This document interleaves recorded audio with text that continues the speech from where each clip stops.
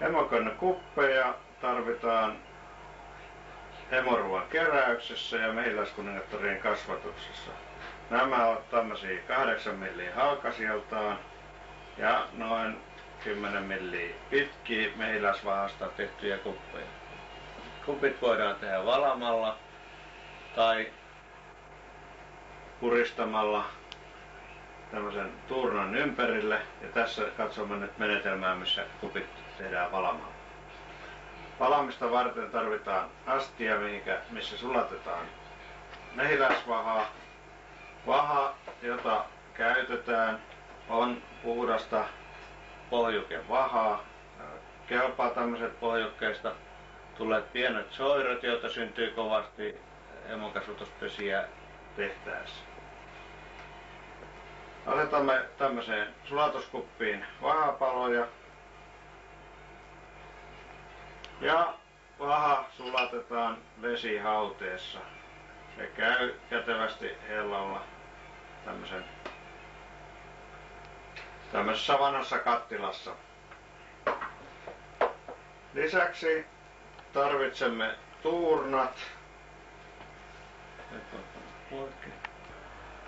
No niin, ja emokennotuurnat. Tässä on 2 kappaletta. Toinen on tämmöisestä koivutikusta vuoleskeltu ja pyöristetty, että santapaperilla tää pää. Toinen on alumiinitangosta sorvaamalla tehty. Myös 8 millin poran terä käy hätätilassa. Tämmönen rautaporan tylppäpää, joka istukkaan tulee. Sitten tarvitsemme vielä 2 vesiastiaa, joista toiseen pannaan kylmää vettä. Tällä pystytään näitä valettavia kennokuppeja jäähdyttämään. Ja toiseen pannaan Firea tai Sunlightia liukastusaineeksi muutama tippa. Ja sen lisäksi täytetään vedellä tämä kippo. Ja nyt tämä saippua vesikipon tarkoitus on estää tämän sulan vahan tarttuminen tähän tuurnaan. No niin, ja sitten voimmekin siirtyä katsomaan, että onko meidän vahat siellä jo sulaneet.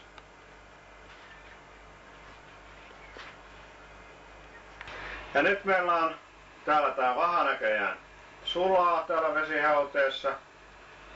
Jos meillä on liian kuuma vaha, niin kennokuppien teko on erittäin vaikeeta. Sitä mukaan kun me kastamme sinne vahaan tätä tikkua, niin sitä sulaa yhtä paljon kuin siihen tarttuu. Ja sen takia nostammekin tämän lämminneen vahan pois täältä hauteesta. Sen jälkeen kastamme tähän saippuavesiliemeen tämän meidän valutikun ja nenäliinalla kuivaamme siinä tikun päähän syntyneen pisaran, ettei sinne kennokupin pohjaan jää tämmöistä huonoa pisaran jälkeä. Sen jälkeen kastamme useita kertoja tikun tähän sulaan vahaan. Ja näin sen ympärille muodostuu tämmönen kaunis mehiläisvaha kerros. Vielä kastamme tämän tuurnan kylmään veteen, jolla se vaha kovettuu nopeasti ja tää on helppo irroittaa tämän tuurnan ympäriltä tämä kuppi. Ja näin me olemme saaneet tämmösen hyvin nätin kennokupin. Kennokupit kerätään johonkin tämmöiseen kauniiseen rasiaan. Ja yleensä tämmönen täysrasiallinen, niin sillä kasvattelee pienhoitaja yhden kesän emot. Tehdäänpä tässä sitten lisää kuppeja. Siis ensin saippua liemeen, sitten kuivataan pisara pois ja sen jälkeen 8-10 millin syvyydelle tänne sulaan vahaan. Ja sen jälkeen jäähdytetään kuppi ja irrotetaan ja tästä on tullut semmonen tukeva nätti kuppo. Nyt voimme koittaa myös tätä metallituurnaa. Ja sitten käytämme tätä metallituurnaa. Se samaten kastetaan saippua veteen, kuivataan pisara ja sen jälkeen upotetaan tänne sulaan vahaan. Ja huomaatte tämmöisen metallituurnan edun. Se on kylmä tää tuurna, niin se vaha jähmettyy nopeasti siihen ja siihen tulee paksuja kerroksia. Nyt kun tätä tuurnaa on käytetty jonkin aikaa, niin se lämpenee niin paljon, että tätä jäähdytysvaikutusta ei ole, ja silloin se on parasta pannakin vähäksi aikaa kylmään veteen jäähtymään. Äsken käytetty puutuurna, siitä mielestäni irtoaa nämä kennokupit paremmin, varsinkin jos sitä tuurnaa on liotettu pitempi aika vedessä. Siihen ei pääse se vaha imeytymään. Nyt meillä alkaa täällä vahakupissa tapahtua semmonen mielenkiintoinen ilmiö.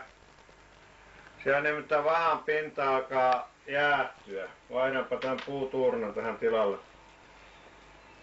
Ja nyt me saadaan aikaan tällainen kaivo, jossa on sulaa vahaa tämmöisessä keskustassa ja ympärillä on jähmettynyttä vahaa. Nyt koko tämä vaha, joka on täällä astiassa, on hyvin lähellä jähmettymispintaa ja näin saadaan hyvin paksuja kerroksia tähän nappulaan. Se ei vaadi kovinkaan monta kastoa ja saadaan hyviä nappuloita. Ne ei ehkä ole niin nätin näköisiä, koska tämä riite tämän kaivon pinnalla, niin se aiheuttaa hiukan epätasaisuuksia tähän vahaan, mutta mehiläiset tämän korjaavat ja putsaavat ja se on oikeastaan semmoinen kauneusvirhe, millä ei ole käytännön merkitystä.